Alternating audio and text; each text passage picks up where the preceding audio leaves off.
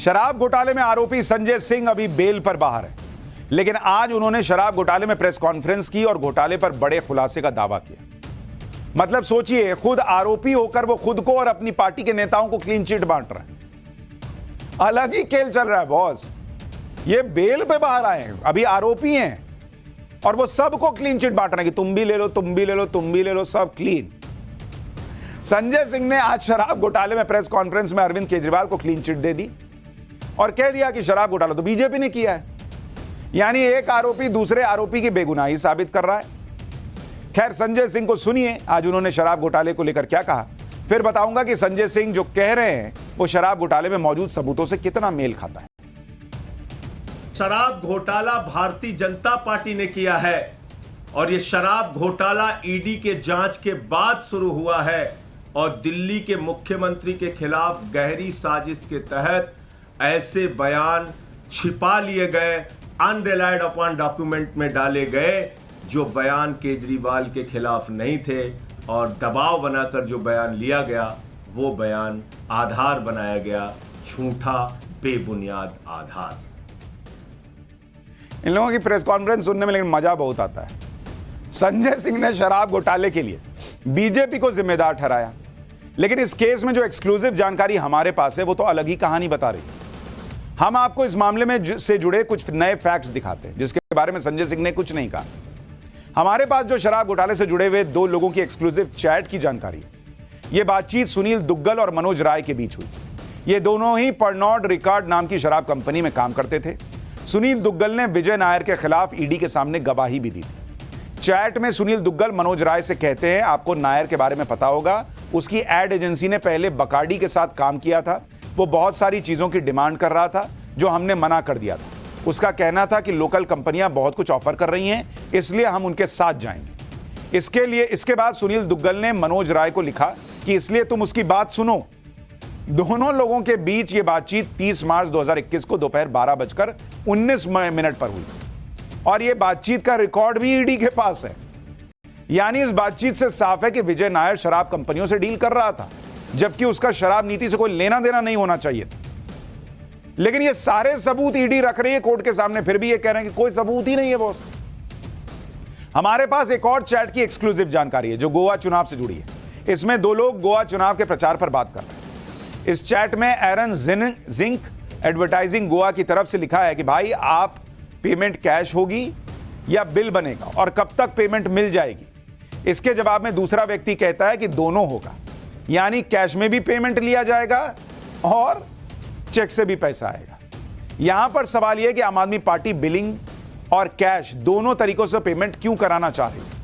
ED ने अपनी chargesheet में यही तो आरोप लगाया था कि हवाला के जरिए गोवा चुनाव में पैसा पहुंचाया गया और कैश में खर्च किया गया। संजय सिंह बेल पर बाहर हैं, उन्हें कई शर्तों के साथ बेल मिली हुई। बीजेपी का आरोप है कि इन शर्तों में एक शर्त यह भी थी कि वो अपने केस को लेकर मीडिया में बयानबाजी नहीं करेंगे, लेकिन संजय सिंह तो खुलकर शराब घोटाले पर बोल रहे हैं। इसलिए बीजेपी ने आरोप लगाया कि संजय सिंह अपनी बेल की शर्तों का उल्लंघन कर रहे हैं और इसके गंभीर परिणाम होंगे। एक बार बीजेपी प्रवक्ता गौरव भाटिया को सुनिए, फिर बताऊंगा सुनीता केजरीवाल को लेकर सौरभ भारद्वाज ने क्या बड़ी बात कह दी। जो आरोपी हैं संजय सिंह, उनके अधिवक्ता ने कहा न्यायालय में कि अगर इनको बेल मिलती है तो बेल मिलने के बाद ये अपने रोल के बारे में जो ये केस है शराब घोटाले का, इस पे कोई टिप्पणी नहीं करेंगे।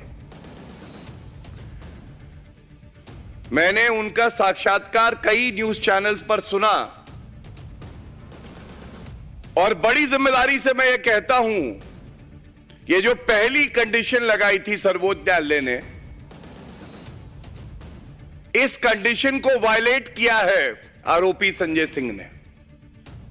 अब बीजेपी गंभीर आरोप लगा रही है कि संजय सिंह कोर्ट के आदेशों का उल्लंघन कर रहे हैं, शर्तों का उल्लंघन कर रहे हैं और इसलिए सवाल उठ रहा है कि क्या अगर ऐसा हुआ, क्योंकि जमानत सशर्त मिली है, तो क्या संजय सिंह दोबारा जेल जा सकते हैं।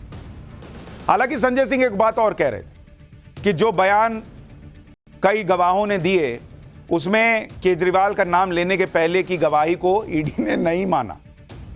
बॉस, मैं इतनी साधारण सी बात है ये। मतलब कोई आदमी जिससे आप पूछिए कि तुमने चोरी की, तुमने चोरी की, तुमने चोरी की, वो जब तक कहता रहे कि नहीं मैंने चोरी नहीं की, वो बात माननी चाहिए, या जब वो अपना जुर्म कबूल ले कि मैंने चोरी की है तब वो बात माननी चाहिए। इसमें कोई रॉकेट साइंस है बॉस।